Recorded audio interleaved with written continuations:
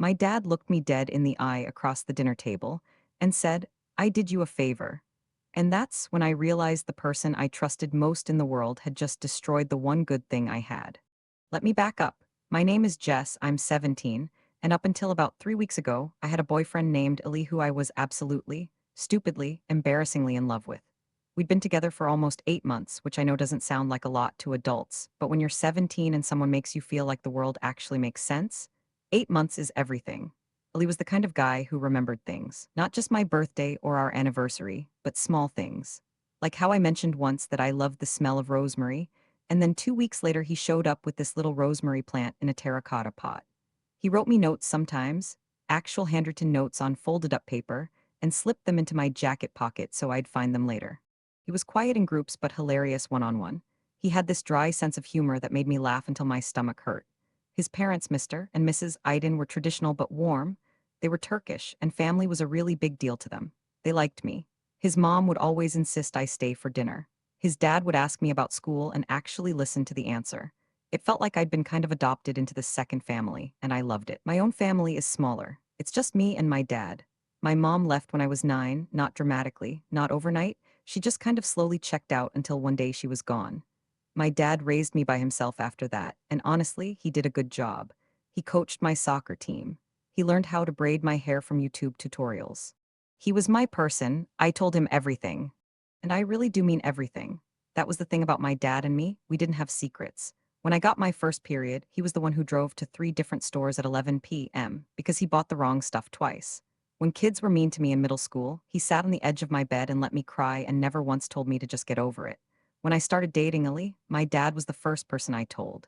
He teased me about it, sure, but he also sat me down and talked to me like an adult. He said he trusted me, and that meant the world. Because of all that history, because of everything he'd been for me, I never thought twice about telling him personal things. It wasn't even a conscious decision. It was just how we worked. He was my dad and my best friend rolled into one, and I genuinely believed nothing I told him would ever leave our house. Looking back now, I think the problem was that I never actually said, "Don't tell anyone." I just assumed. I assumed because he was my dad and because it had always been safe before.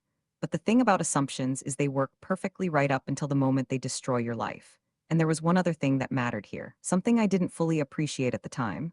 My dad had met Ellie's parents a few times and they got along really well, actually. They'd had coffee together. They texted occasionally about pickup times and weekend plans. My dad liked them, he respected them. And I think, in his mind, that connection gave him permission to be honest with them about me. Here's what happened. About a month ago, Ali and I had a really serious conversation. We were sitting in his car outside my house, and he told me he was feeling pressure from his parents about his future, about school, about what kind of person he should be with. He said his parents had been making comments lately about how he needed to focus and how relationships at our age were distractions. He wasn't breaking up with me, he made that clear, but he was stressed and I could see it on his face. He looked tired, so I did what I thought a good girlfriend should do. I opened up too. I told him something I'd never told anyone except my dad. I told him that sometimes I struggled with really dark thoughts. Not all the time, but enough that it scared me. I told him I'd talked to my dad about maybe seeing a therapist, and we were looking into it, but I hadn't gone yet. He held my hand and listened and told me he was glad I trusted him. It was one of those conversations that makes you feel closer to someone than you've ever felt. The next day, I talked to my dad about it. Not about the dark thoughts, he already knew about those, but about how I'd told Ali and how good it felt to be honest. My dad got quiet for a second, then he asked, "Does Ali's family know about any of that?" I said no. I said it was private and I only told Ali because I trusted him. My dad nodded. He said, "I'm proud of you for being open." And I thought that was the end of it. 3 days later, Lee called me. His voice sounded different, tight, careful, like he was reading from a script. He said, "My parents want us to take a break." I actually laughed because I thought he was joking. He wasn't. He told me that my dad had called his parents. My dad had told Mr. and Mrs. Aydin about my mental health. He told them I was struggling with dark thoughts. He told them I hadn't gotten professional help yet. And Ali's parents, who were loving but protective and very traditional about certain things, had decided that I was not in a stable enough place to be in a relationship with their son. I remember the exact feeling in my chest when Ali said those words. It was like someone had reached inside me and squeezed. I couldn't breathe, I couldn't talk. Lee was crying on the other end of the phone, saying he didn't agree with his parents, saying he'd tried to argue, but they wouldn't budge. His mom had apparently said, "If her own father is concerned enough to call us, then we need to listen." And the worst part, she wasn't being cruel. She wasn't being mean. In her mind, she was protecting her son. That's what made it so much harder. There was no villain screaming terrible things. There were just parents making decisions they thought were right, and me, sitting on my bedroom floor with the phone pressed against my ear, feeling like the ground had been ripped out from under me. I confronted my dad that night. I didn't scream. I wish I had screamed. Instead, I just stood in the kitchen doorway and said, "Why would you do that?" And he looked at me with this expression, not guilty, not sorry, but genuinely confused. He said, "Jess, they needed to know. They're responsible for their son, and if something happened and they didn't know what was going on," I cut him off. "Nothing was going to happen, I told you in confidence. That was mine to share or not share. Mine." He said, "You're a minor, you're my daughter. I talked to them parent to parent because I thought it was the right thing to do." I told him he had no right. He told me he had every right. He said he loved me, and that's exactly why he made the call, because he wanted the people around me to understand what I was going through so they could be supportive. He said he thought they'd be understanding. He didn't expect them to pull Ali away from me. He thought they'd want to help, but none of that mattered because the result was the same.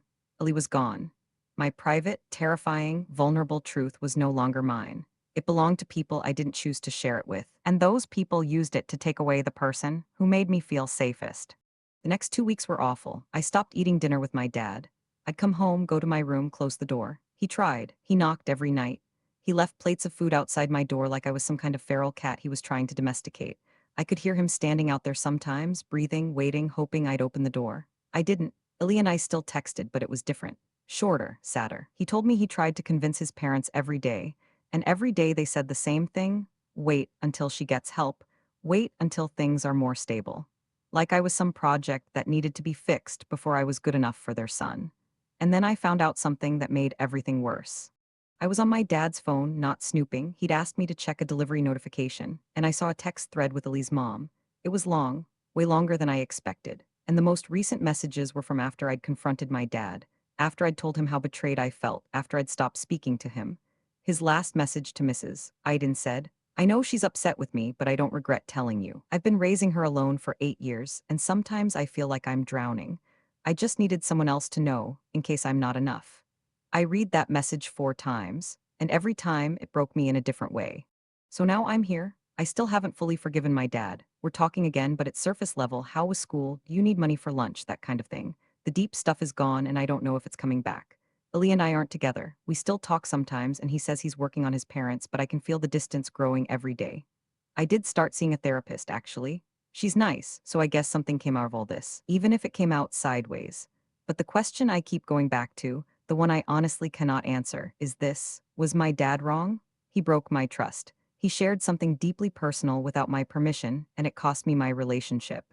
But he's also a single parent who's been terrified and alone for years, carrying the weight of raising a daughter who just told him she has dark thoughts, and he reached out to the only other parents in his life because he was scared. So tell me, was he wrong? Or was he just a dad who loved his kid and didn't know what else to do? Because I genuinely don't know anymore.